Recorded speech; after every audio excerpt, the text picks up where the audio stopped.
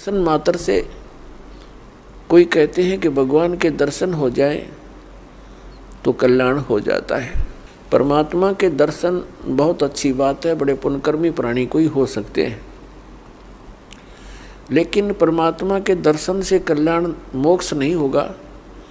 परमात्मा ने आकर के जो ज्ञान दिया है उसके अनुसार भक्ति साधना, नाम की कमाई, यज्ञ हवन जो भी जानकारी दी है उनके करने से मोक्ष होगा।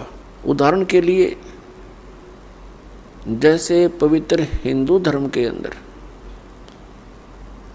हम मानते रहे और मानते हैं जब तक ये ज्ञान नहीं होता कि भगवान शिव जी और उनकी धर्मपत्नी पार्वती जी इकट्ठे ही रहते थे एक ही परिवार में, और सबसे ज़्यादा दर्शन पार्वती ही किया करती थी, लेकिन कल्याण नहीं हुआ।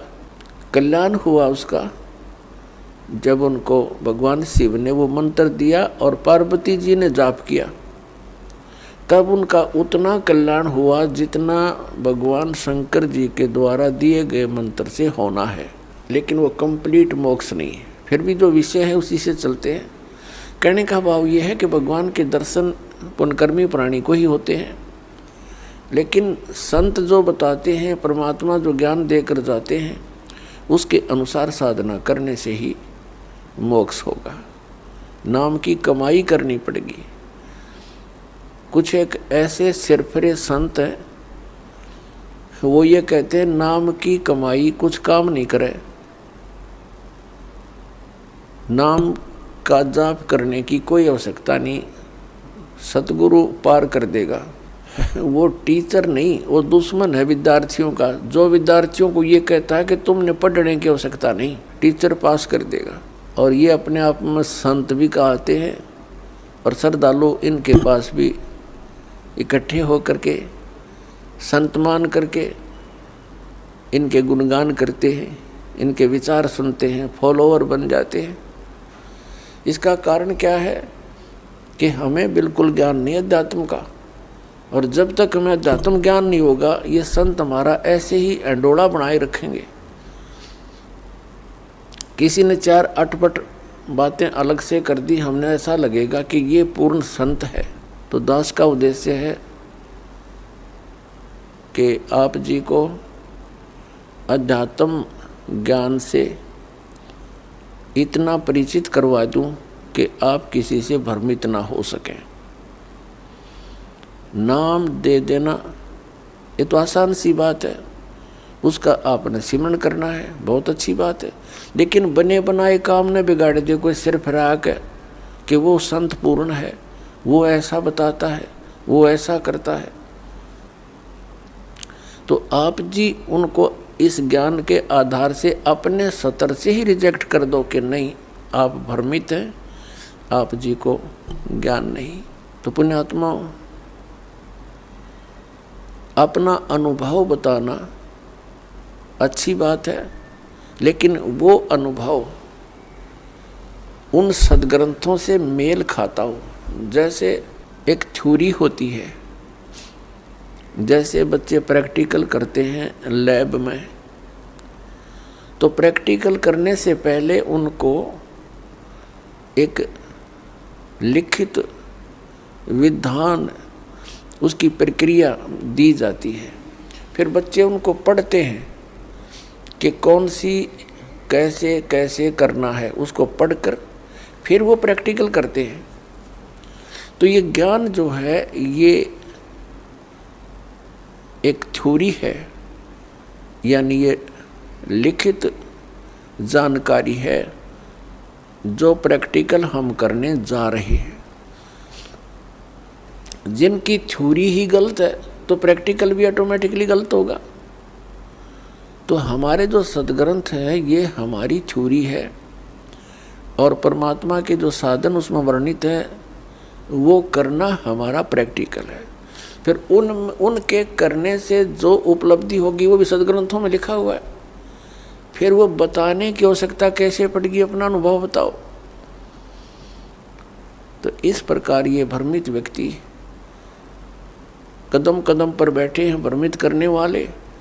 श्रद्धालुओं की कमी नहीं, श्रद्धालु को तो परमात्मा की एक विशेष कसक होती है और वे परमात्मा के लिए भटक रहे हैं। आत्मा जब से मालिक से बिछुड़ी है,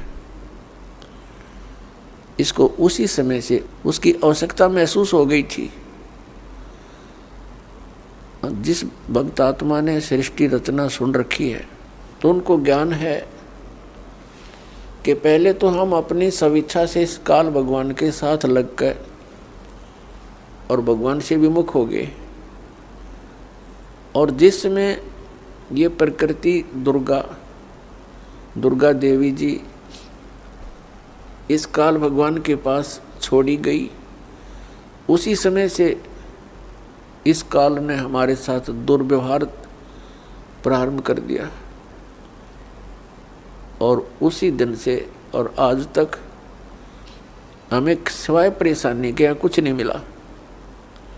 तो उसी समय इसको महसूस हो गया था, इस दुर्गा को पुकार की थी, भगवान मुझे बचा ले। अपने पैर पे कुआड़ा मार के हम यहाँ आए हैं और पुकार करते हैं भगवान बचा ले। अभी तक हम उस भगवान से प्रार्थना करते रहे जो हमें दुखी तो कर सकता है, सुखी नहीं कर सकता। वो कौन है? ये ब्रह्म है, ज्योति निरंजन काल है, जिसके लोक में हम यहाँ रह रहे हैं। और इसके 3 पुत्र हैं, रजगुण श्री ब्रह्मा जी, सतगुण श्री विष्णु जी और तमगुण श्री शिव जी। हम इनसे भी अर्ज करते हैं हमारी रक्षा करो। ये अपनी रक्षा नहीं कर सकते क्योंकि ये सक्षम नहीं है, ये समर्थ नहीं है, ये भी अपने कर्म के दंड को ही भोगते हैं। इनको इतना ही अधिकार दिया हुआ है कि जो जैसे कर्म करेगा वैसा ही फल तुम दे सकते हो, इससे हटकर आप कुछ नहीं कर सकते। ये केवल हमें अपना किया कर्म ही दे सकते हैं और ये काल भगवान के अधीन हैं, ये विवश हैं और अपने ही ये भाई बहन हैं। इनकी पिछले पुण्य कर्म अधिक हैं, इनको ऊंच पोस्ट प्राप्त मिल गई इस ब्रह्मांड की, लेकिन ये आपके साथी हैं, दुश्मन नहीं।